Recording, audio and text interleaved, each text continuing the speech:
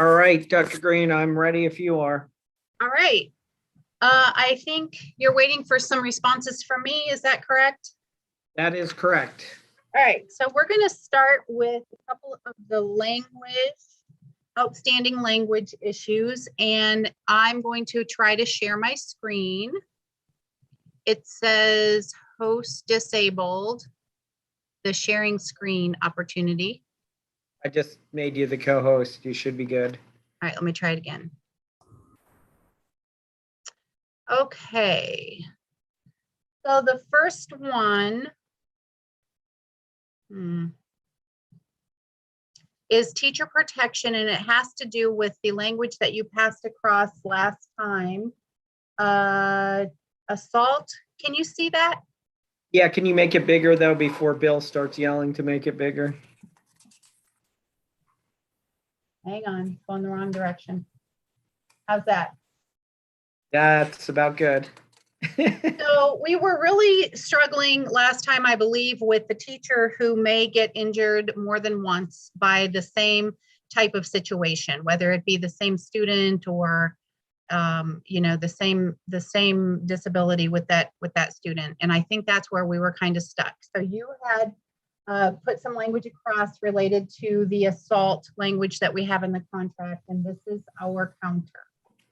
In the case of battery, including battery due to the manifestation of a disability, the teacher shall not be required to submit to a second drug test within 21 days of the first drug test, which is required upon the teacher's self-declaration of being injured when the injury is caused by the same student, unless there was reasonable suspicion that the teacher was impaired. So you had suggested that they not have to test, but again, if a teacher is injured on the job, there is a requirement for that first test. And what we're saying is if the same type of injury with the same, or not type of injury, but if the same teacher is injured by the same student within a period of 21 days, we would not require them to go back and test a second time. All right, I have a couple questions for you. Why is it where did the 21 days come from? We had to put a limit there, and we selected 21 days. And any rationale that you want to share? No, we had to put a limit there. We can't leave it open in perpetuity. That would defeat the purpose of our policy and our language. So we selected 21 days, which is 3 weeks. Okay, and why is it by the same student? Well, remember, that was your language. Let me see that. Oh, I'm sorry. When we were having discussion about the topic, it was about that the teachers were being injured by the same student over and over again. And so if it's a different student, a different disability, it perhaps could be a different way of injury. But you can look at that language and see if you want to counter. All right. Well, as always, I really do appreciate you digging into this and offering a counter and maybe something we can work from. I mean, I do just gotta say that, this is pretty sad that this is what we're negotiating, is how many times a teacher can get hit by a student and be required to go submit to a drug test themselves. So I do appreciate the work you've done on this, but I would be remiss to not point out how insane this is, to be negotiating something like this. Did anybody on my team have any questions? Okay.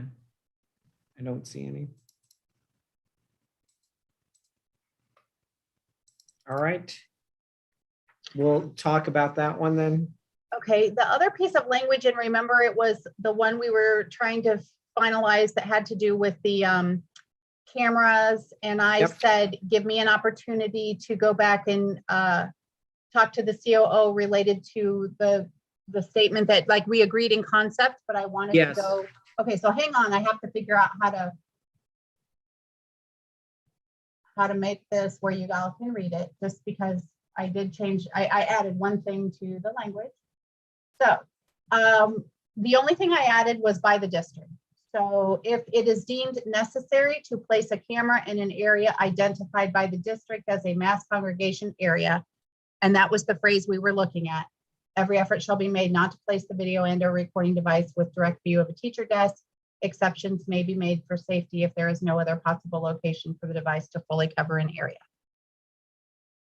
Okay, that we'll accept that. And once again, I'll say this is not nearly as far as the protections that we wanted to offer our teachers when it came to cameras in schools.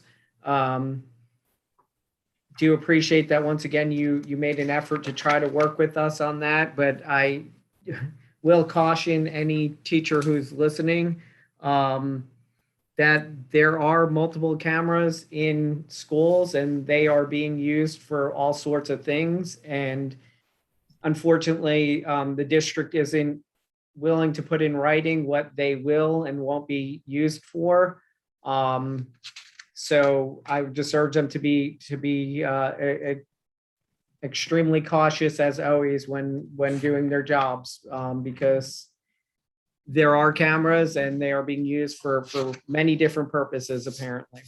But we will accept that. Okay. You want me to keep going? Yes. Okay. So the next thing that we're bringing to the table is the TSIA proposal. Hang on one second.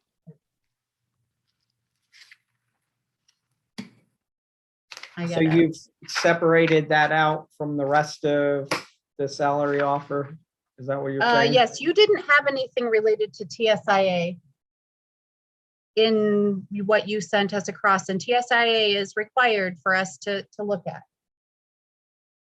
So I'm well, just to be clear, what we sent all fits within the parameters of the TSIA money. And for those of you that are listening, that is the money the state has sent to increase minimum salary to as close as to 47,000 as possible. I'm sorry, Anthony, are you referring to this? I don't see what you have up. What are you talking about? Oh, my screen is not sharing anymore? It's still sharing the teacher protection. Oh, well, I wonder why that is the case. Let me try again. Let me try one more time. It's on the same screen. That's what I don't understand. Nothing showing now. Okay, are you referring to this? Yes. Yeah. Where do I see TSIA in there? Well, it's all the parameters of TSIA are met within this offer as far as the PSC being 75% of the AC, highly effective, and so on. But we didn't Yes. separate out the pot per se. Right, okay, and in this offer is a lot of recurring funds. I specifically want to talk about TSIA only, and now can you see my TSIA sheet? Yes, yes. Okay. So if you recall, last year, there was a pot of money. Can you see my cursor if I'm doing this? Yes. Okay. There was a pot of money which was shared with Brevard Public Schools, and it was $11.9 million. That was our share of money once we took out the money that was allocated for the charter. That got everybody to $46,550, and it gave a little bit of an increase to other teachers using the 80-20 split, and then the board kicked in some money to put people on a commensurate salary schedule, those people that were not identified as a full-time classroom teacher. So this year, the 21-22 share, as you can see, once we've taken out the charter money, is $11.366243. The first thing that has to do for all parties is to pay for the money that, you know, brought those teachers up to the 46,550. Once that occurs, the remaining amount is $626,825. So it's still the TSIA money. It continues to pay these teachers that were paid last year, and the remaining money is $626,000. That $626,000 is used to continue that movement toward 47.5. 80% of that is $501,000, and there was a remaining amount of money left over from last year, 2021. So the adjusted total of the 80% is $536,000. 20% of that, you know, 626 plus the remaining money is 125,365. With that, if we're looking at just the full-time classroom teachers, we can move their, and again, the 80%, we can move their beginning salary to, we can increase that minimum salary to $46,800 with 80% of the TSIA. With the fringe, you can see the cost there, $533,000, and that leaves a little bit of remaining funds in the 80% bucket, 2,571 remaining funds. The 20% then has to go to everybody who's over 46.8, and that gives an increase with the TSIA funds of $45 to all of those folks with the 20% of TSIA, which you see right here. And then the board would like to keep beginning salaries or minimum salaries commensurate, whether or not they're in the full-time classroom group or the over 46. So for the board to be able to do that, not counting the TSIA money, it's a board contribution of $71,222. So the board contribution is out of recurring funds that they'll have to work with every year to keep those people on the same salary schedule. So this is the TSIA proposal based on the amount of money that we got from the legislature. So you do see why we didn't separate it out like that? I don't, but we have to talk about it individually. Okay. So, I mean, because there is specific legislative requirement that goes with this allocation with a purpose for what the 80% is and what the 20% is, has to be reported. So we have to, you know, keep track of these funds and what they mean. Yeah, I know we do. I agree with that, but not necessarily in this format. And I understand that we're following state statutes and requirements.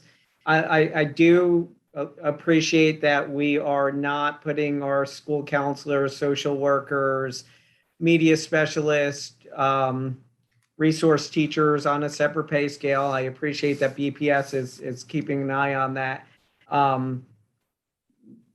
But, you know, to flash something up with a $45 increase, yeah, okay. Can we move on? We can. All right, the next thing that we have to talk about are the MOAs. And if you give me a minute to find those, I'm going to look and see what I might have done with those.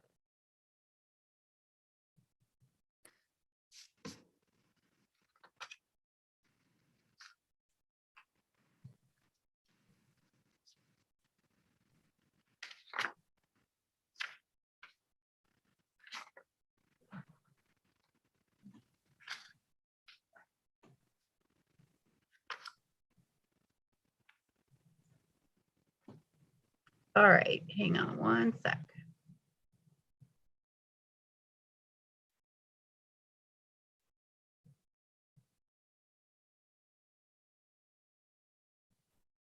Okay, can you see that?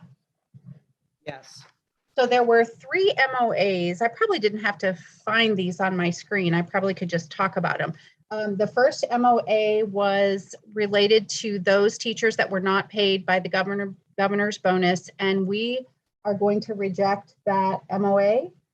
We did, regardless of the governor's bonus last year, we did pay all of our teachers $1,000 last year, which was, $8 million that we put out there for bonuses for teachers. So that was when we had those conversations at the table, that was irrespective of what the governor was doing. That was, the governor was going to do what the governor was going to do. And our board appreciated the work of all of our teachers and did pay that $1,000 last year. So we are going to reject that. The next one had to do with those teachers that are at a 9-hour day and related to time and a half for the 9-hour day and an additional 50 minutes of planning per week. So, teachers do a lot of work all the time, and we appreciate the work that every teacher does. There is no time in that 9-hour day that's built in for planning. That's part of the requirement. It is 1 hour of continued instructional time. So we don't have additional planning time to provide them.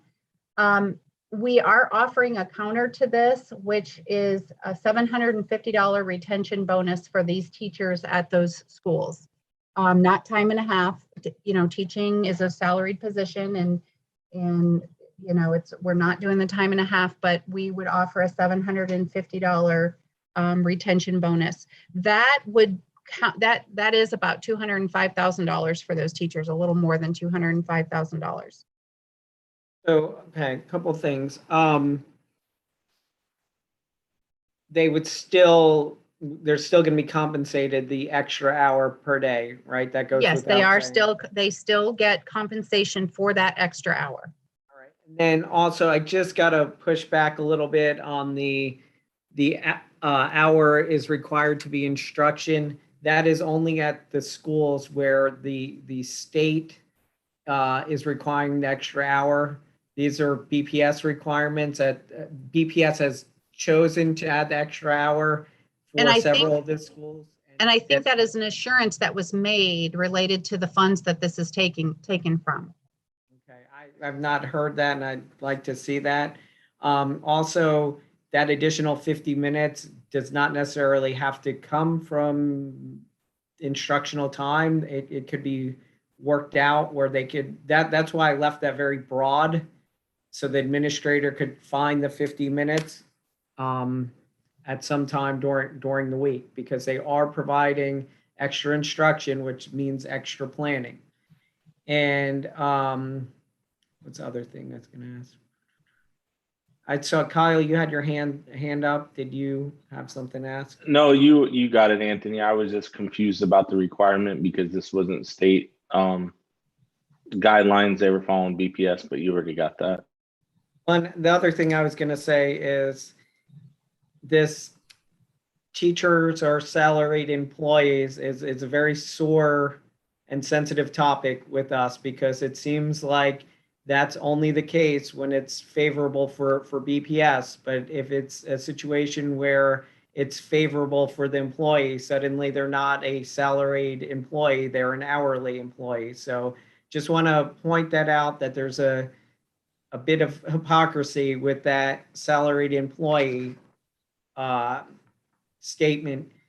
And it's definitely a sore spot. You can't have your cake and eat it too. Well, I'm not sure what you're referring to, but maybe we can talk about that later. Well, what I'm referring to is if Sandy decided to show up an hour late tomorrow, she can't say she's a salaried employee, right? Well, I'm not sure, because I can't show up an hour late tomorrow either. That's because you work for BPS too. But can we move on to the next one, please? Sure. The next one is the hourly rate for the work on Saturday right now, because nothing is happening during this school days, and we will accept that proposal.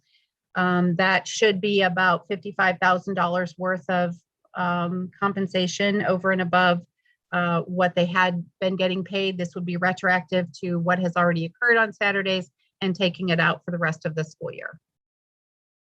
Okay, so that's retro.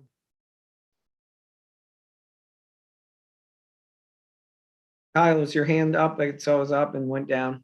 Yeah, no, I was just gonna ask if it was retro, but then I was also gonna state that this isn't most of this money is off of grants. This isn't BPS coming out of their pocket doing this. So No, we're think not sometimes charging when the we're grants talking that about- extra. We're not charging the grants that extra money Okay.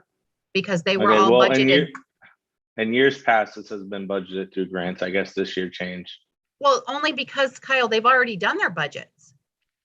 That's the point. They already have submitted their budgets and now we're adding additional funds to them. No, Dr. Green, I'm gonna take the W. I'm gonna disagree with you, but thank you. Okay. All right. Okay, the next thing that you had were some supplements that you put across. So the sport-specific supplement that you put across related to whether you're doing JV, middle school, high school, we already do that. And so if that's not occurring and you know of a particular teacher or coach in a particular area that you don't believe has been moved to that 6-year plus lane, you need to let us know. We will add that language to the contract, but we are already doing that. So I'm not sure where that came from. But if there's somebody out there that you think might be missing, just let us know and we'll take care of it. All right. So, is that just for the same sport? Yes, absolutely. Same sport. All right. I will take your word for that. And if anybody's having that problem, we'll fix it.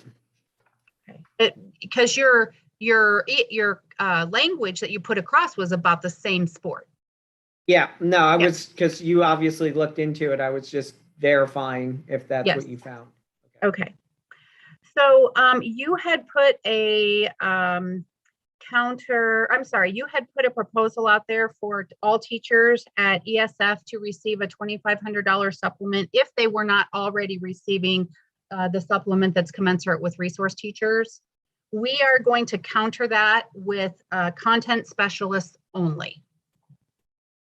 So those teachers who are content specialists, $2,500. And I do have this written down. I'll pull that up in just a minute. You had put a supplement request for band at choice schools. And Wait, can we go back to this content specialist only? Sure. Can you explain why you whittled it down to content specialist only? Well, a couple things. One is recurring funds and the amount of money that it costs, but the other things were that it was the content specialists primarily that had come about because of the reduction of the other supplement with resource teachers. It wasn't initially for all teachers at ESF. It was a classification that was created after the budgetary cut of the $5,500. So the cost differential is pretty staggering as well, but What is the cost for content specialist only? hang on, I'm gonna pull it up.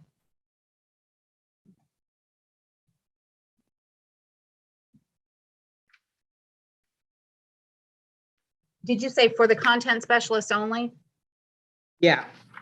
Well, and if you want to give me both, that's fine. 92,304, $92,304. And what about for everyone? For everyone, hang on, I have to walk away from my desk for a minute. Okay.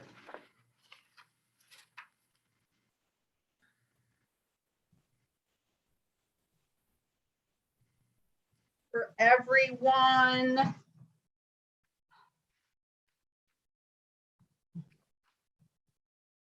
$157,811. Wait, say that again. You weren't by the microphone. I'm sorry, I have to put my jacket back on. It's very chilly in here. $157,811.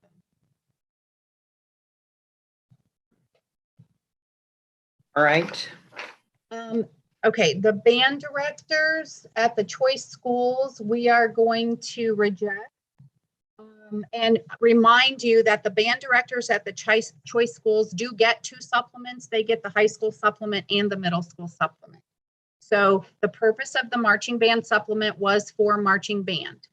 And the choice schools do not have marching band, and those directors do get 2 supplements. They get a middle school supplement and a high school supplement. So we're rejecting that. The supplement put across for $1,100 for blast teachers, we're going to reject that. However, those teachers, those blast teachers, after speaking with everybody that's involved with that program, if they are losing their planning period, they should be getting 7 out of 7. They should be getting that extended day supplement, which is a little more than the We are completely fine with that. The problem is they were told they were not eligible for that supplement. So I think if there's someone out there that's not getting it, if you would work with me, we'll take care of that. But the point is, if there are 2 teachers at a school, perhaps one can cover for the other. If there's 3 teachers at a school, absolutely they can cover for each other. But everyone that I spoke with over the last couple of weeks indicated those blast teachers that are giving up a planning period should be on a 7 out of 7 extended day supplement. So I'd just say it's not that cut and dry like you're saying if there's 1 or 2 teachers, because they're going on community trips. So there may be 2 teachers and one is at the grocery store and the other one is at the school. So it's not that cut and dry with the number of teachers. Even if there's maybe 3 teachers, they're in 3 different places. Well, Kyle, do you want we're happy to work with you on that. Yeah, so Dr. Green, I'm just a little confused on this because this is actually how this whole thing started last year, was certain blast teachers were getting the 7 out of 7 and certain blast teachers weren't. And we couldn't figure out what was the requirements and why that was. So I'm like confused on like, are we going to pay every single blast teacher 7 out of 7? Are we only going to pay one of them? Those people who are losing their planning period. Yeah, I don't understand what that means because we visited the blast teachers and all of them are losing their planning period. And this was the issue that we came up with last year when we started looking into it. So we did a bunch of research. We went out and visited them. Then, we tried to work with the district on the one teacher that lost the 7 out of 7. And then we ended up back at the bargaining table. So while I'm very grateful that it seems like you're willing to pay the blast teachers, that's not quite what I'm hearing BPS say. BPS is saying if we determine the teacher can't have planning, then we may pay him 7 out of 7. So, I mean, are we going to pay him 7 out of 7 or not? I guess is my question. I wasn't in those conversations last year, so I don't have any idea who you did the research with or who was looking at it or what teacher you're referring to that had it taken away. I know nothing about any of that. All I can tell you is over the last couple of weeks in discussing this with the people that are in charge of the BLAST program, they said if a teacher is not getting their planning period, they should be receiving that 7 out of 7 supplement. So again, I say, if there are issues, get with me and we'll get to the bottom of them. So I think what we may find is they're not getting their planning period four times a week or 3 times a week. I mean, is there going to be, what kind of criteria are you going to use to determine what gets a supplement? Well, the 7 out of 7 is that they don't have a planning period. And, that's very clear what the teachers get when they have their 7 out of 7. So I'm not sure how it could happen 3 days, 4 days. I don't know. Well, because I go back to the issue is the program requires them to do community trips.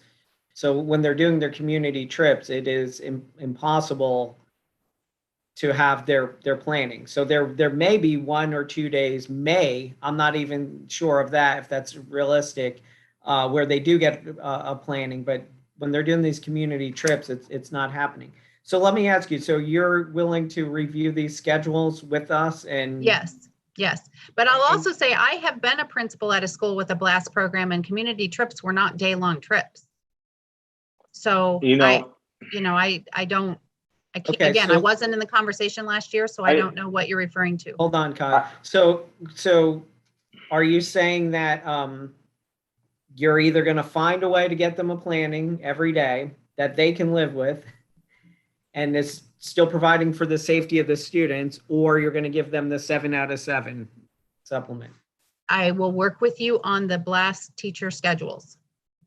The intent would be, if they're giving up their planning, that they would have a 7 out of 7 extended day supplement. Kyle, what do you want to say? I was just gonna say I still struggle with this mainly because I just went back and checked my email when this all started last year in December, and a 7 out of the 7 was denied by Dr. Bias, Dr. Sullivan, and Mr. O'Brien. So I'm really confused about who are these people that you went and talked to about the blast program. That doesn't involve those 3 people right there that already denied a 7 out of 7, but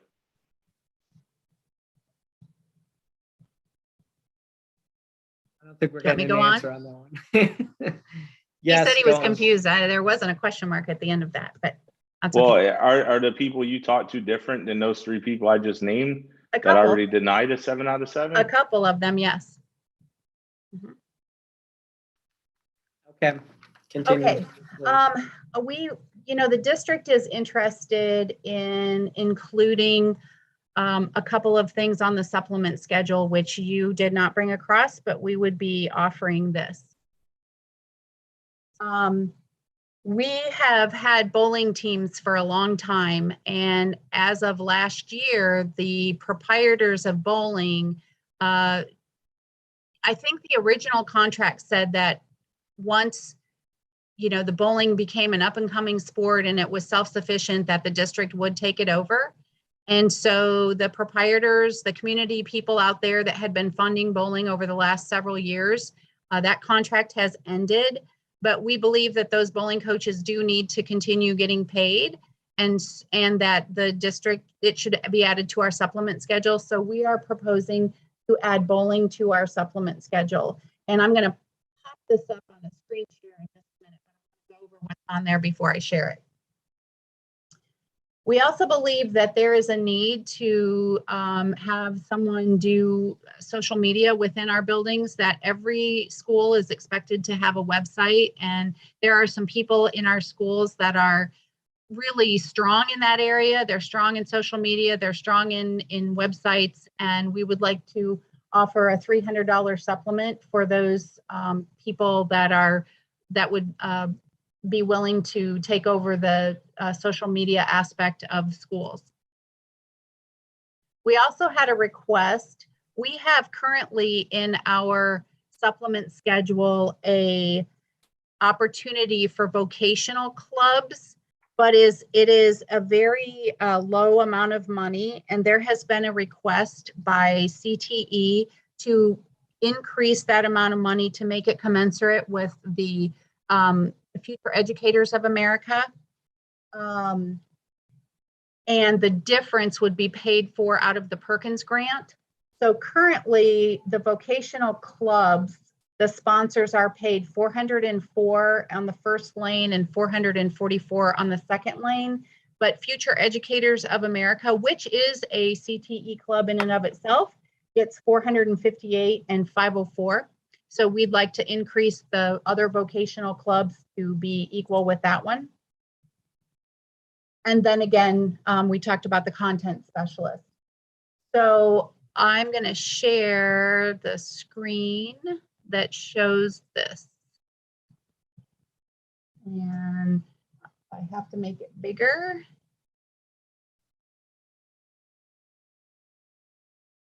There we go. Can you see that? Anthony, can you see that? Yes, yep. Okay.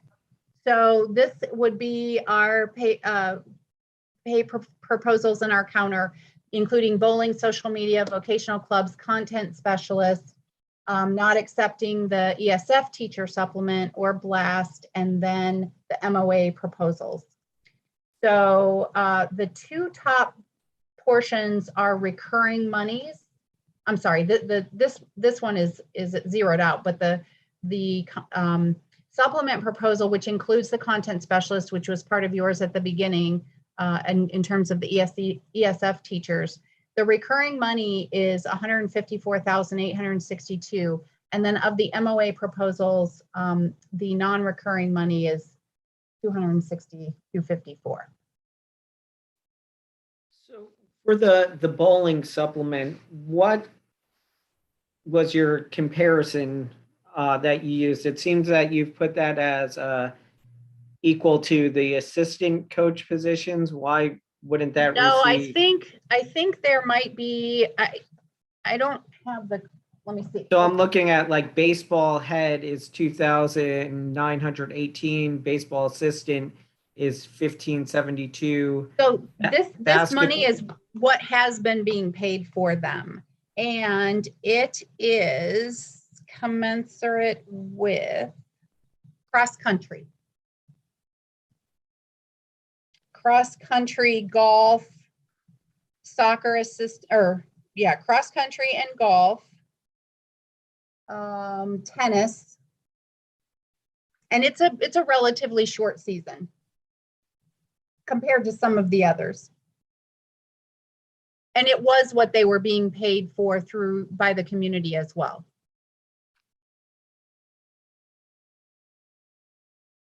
Okay. I'm good with this. So you want me to move on? Yes. Okay. The other thing was related to your salary proposal, and that was this. Can you see that? Well, it's Yes. yours, but okay. So again, our issue is, as is the issue around the state of Florida, is there is no recurring funds. We have no recurring funds. I think we have identified perhaps $265,000 of recurring funds this year. If you look at the supplement schedule, 154,000, and then if you look at the 71,000 that comes from the recurring funds to make the salary schedules the same, full-time classroom teachers and everybody else, that's $71,000, and that's already 154 plus 71 is 220 something out of a recurring pot that we have of $265,000. There's not a lot of recurring money there. And I think that that's been stated at board meetings and budget workshops and presentations and updates, and it's in all of the information that we all have been privy to since this process. So on your proposal, the pay for performance issue, we are rejecting. We don't have recurring funds for that. The longevity, which also is recurring funds and cannot be included until we have that 150% to 100% of everything else. It's part of recurring funds, and so the longevity piece is rejected. But the one-time bonus for all of the employees, we would accept that proposal. That is non-recurring funds. The total of that would be with the numbers that we have and the fringe, we have it as $5,143,126. So, Kyle, Dr. Green mentioned, all the board presentations and workshops and so on, and what the public has been privy to and so on. We actually provided the district some information about how much these salary increases are really ending up costing the district after we're losing so many teachers to resignations, retirements, hundreds of unfilled positions. So Kyle, do you want to kind of take them through what these salary increases are actually costing the district? Yeah, so I mean, the short answer is almost nothing because of the number of attrition we have. But basically what that means, we've looked at salaries over the last 5 to 6 years, we looked at individual payroll runs to compare them year over year over year. And every year the payroll runs within 100 to 200,000 of each other. So in essence, last year, as you talked about TISA, the state gave BPS, I want to say about $11 million after we do the charter pullout and all the requirements. And you would think when we looked at instructional salary, the instructional salaries would have went up overall by at least $11 million because that's what BPS was given by the state. But that didn't happen. It only went up by about $2 million. Additionally, we compared the district's revenue and general fund balance to where it was in 2019 pre-COVID, and it's still above where it was in 2019 pre-COVID. And in reality, the district has yet to lose any money because the state held them harmful last year. And what that means, so if anybody's listening, that means that the state didn't take away money because there was decline in enrollment. This year's budget was built on fewer students, but I want to highlight this year's budget is also built on fewer teachers. I believe in the budget, there's a instructional personnel allocation of about 5,100. I believe currently there's maybe 4,600 teachers. I don't know how many resigned today, but I'm sure this isn't helping. So, and we've showed these numbers, we've gone on it over and over, and there's been no response. And additionally, I'd like to highlight that the district's about ready to get $140 million of federal money that would help ease up their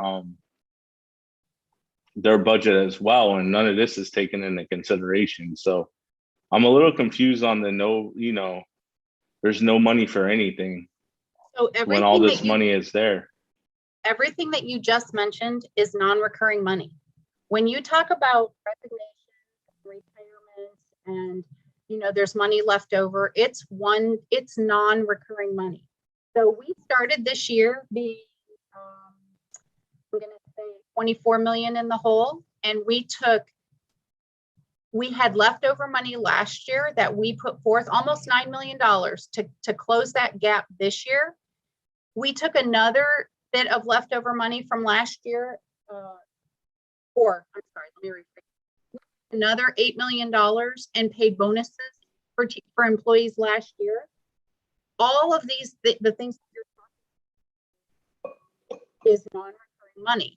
Resignations, retirements, vacancies, it's a one-time deal. That doesn't mean that it goes into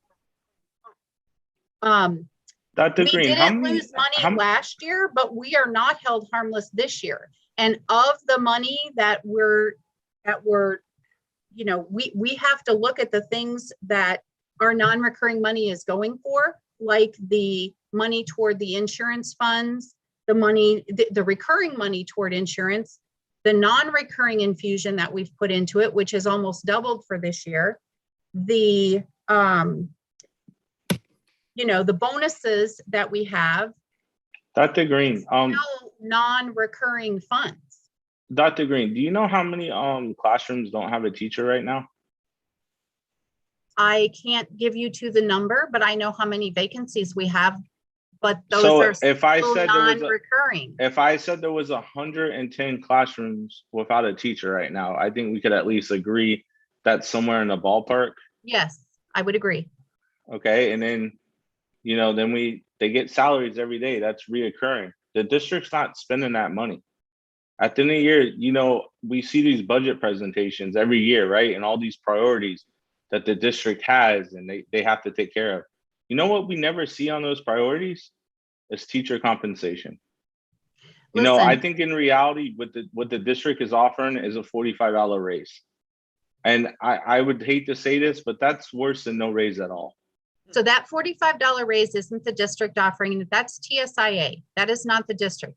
If the district could, Kyle, I can tell you there's not a person here that wouldn't offer the $7 million you're asking for in recurring funds if we had $7 million in recurring funds. Everyone wants to see teachers get raises. No one wants to see them more from here, but we don't have recurring funds. We have non-recurring funds. I'll just say this. If the district wanted to do it, they would do it. It would be one of their priorities. When our teachers want to buy Christmas presents or pay bills, they don't get to call FP&L and say, well, I really wanted to send you that payment. You don't understand how much of my heart I wanted to do that. So if the district really wanted to do this, that's what their goal would be every single year. Kyle, your example is one-time money, Christmas presents. So, Dr. Green, we've had this argument before in front of a neutral party, a special magistrate, and I'll remind everybody the special magistrate sided with us and said, this is recurring money. This is money that could be used for raises. And that money that is falling to the bottom line every year, it is mostly from teacher and staff salary, and is mostly from teachers picking up the slack for a classroom that does not have a teacher. They're doing twice the work. That money is falling to the bottom line, but it's not being necessarily sent back to them. And it is recurring money. Recurring money means it's there year after year. And this money clearly is there year after year. And that money is growing. It is not becoming less. And the disappointing thing is we've brought this to your finance people. We've brought this to Dr. Mullins. And you know what we never get is an answer or clarification on why we are not spending $13 million on salary, why it only costs $3 million. So you guys are saying these things because you want to believe them, not because they're grounded in facts or data, because your own documents show not a $13 million increase last year, but a $3 million increase in salaries. I've yet to understand or have an explanation of how the district is budgeting for 5,100 teachers this year when we have 4,700 teachers. So 400 salaries, I believe is about $20 million. Where's that going? Where's that money going? It's going to to insurance. It's going to, one-time insurance infusion. It's going to hold money back for FEF. No, it's every year. We have $5 million recurring money that's going in, and we have 10 million of one-time infusion that's going in again. And that is to keep insurance premiums from raising. We are saving money for whatever they're going to do with the FEFP for us. Again, we have positions that are put over in ESSER when they're because we're trying to make ends meet. When they're gone, something's going to happen with those positions. You know how many positions went to ESSER for this year, Dr. Green? $24 million. I do, because it was in your budget documents. $24 million went to ESSER. I'm sorry, I don't pull the budget documents. I'm sorry. All right, well, we are going to caucus and come back with some answers for you, unless you have anything else. I do not, and I would ask my team to go to our breakout session as well. Anthony, you'll let me know when you're ready? Yes, yeah, let Thank me you. stop.